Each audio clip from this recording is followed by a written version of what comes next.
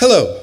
So to tell you this story, I have to lay some groundwork out. When I graduated high school, I got to go to Germany on an exchange year, gap year, and study abroad, and it was a fantastic, wonderful, transformative experience. And this isn't about that. It's about the following year when I went back. Now, a lot happened in that intervening year. First off, I got home from Germany and immediately was washed over by this culture shock of returning to my home country in a way that I couldn't really explain to anyone else. I wasn't the same anymore. I'd seen America from the outside, and you can't really go back to just having only seen it from the inside after that. And then I didn't get long to sit in that feeling because I had to immediately head off to my freshman year of college at Ohio State University. Now, Ohio State University is in Columbus, Ohio, a city that is so similar to Omaha, Nebraska, you'd be forgiven for thinking they're the same place. They're not, though. For example, the wind doesn't blow there like it blows here. And I miss the wind when I'm not here. And also, I took a lot of really challenging classes that first year. You heard him say I studied physics, and I also wanted to study math, and I had brutal confrontations with my limitations as a person on top of living in the 18th floor of the dorm that was the furthest away from all of the campus. I had the freshman 15 in both directions, and I had no idea if any of the decisions I was making were right. I didn't know if my major was correct. I didn't know if I'd picked the right university. I was in chaos. And all of this is swirling around in my head when I get the opportunity to go back and stay with my host family for 3 weeks in the summer of 2018. That was the most intense deja vu I've ever experienced because Germany had stayed roughly the same. I had not. And I kind of loved that it felt like I was going back to exactly where I'd left before the precipice of all this chaos, but it was also utterly confusing, and I spent a lot of nights staying up late thinking about my place in the world and what I was doing and all of this inside my head uncertainty. And one of those nights, I was up, it was 11:40 p.m.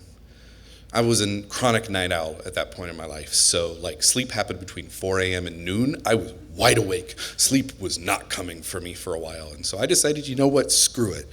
I'm gonna go take a walk.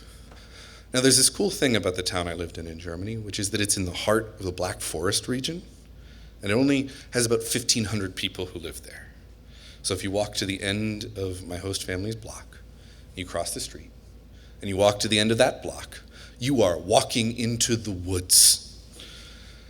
I'd never lived so close to nature. I mean, sure, in Nebraska you can walk to the end of your block and maybe get to a cornfield, but forests required a car and a permit and knowing where the forest was, none of which I'd had. So I was absolutely enraptured with this. And that night I was like, I'm gonna take a walk and I'm just gonna get out away from everything. And there's this other cool thing they do in Germany, which is that at midnight, they turn off almost all of the street lights.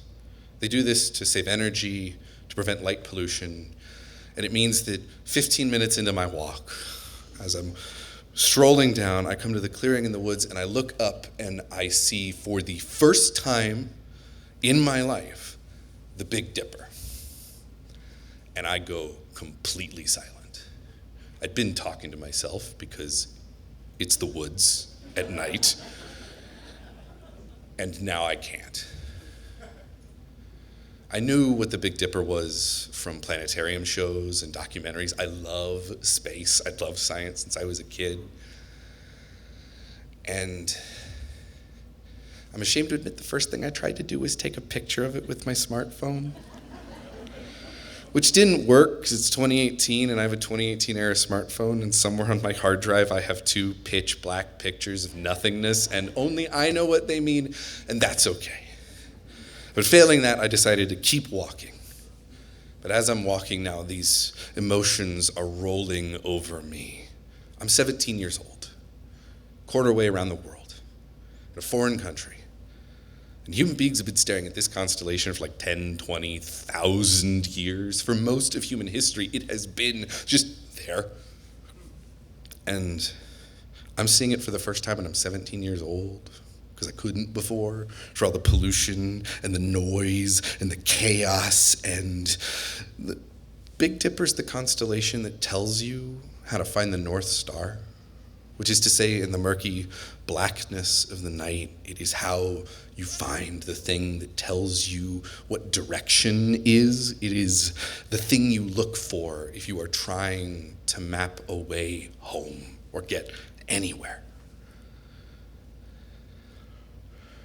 And I'm still walking, and it's just me and the soft crunch of my footsteps. And I can't talk in now, even if I wanted to, because I am feeling the weight of all of these parallel gazes at this constellation throughout history. Thousands of them.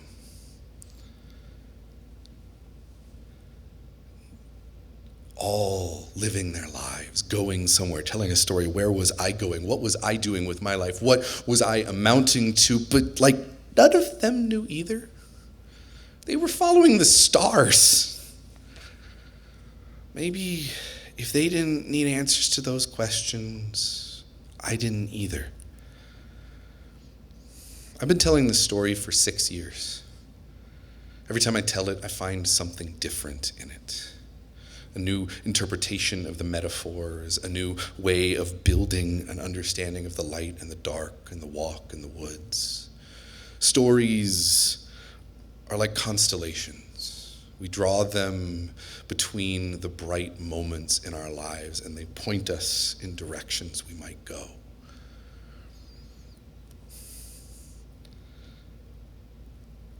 Every new moment recontextualizes what came before. We redraw the constellation. We pick a new direction. I made it home safe that night. I went to bed.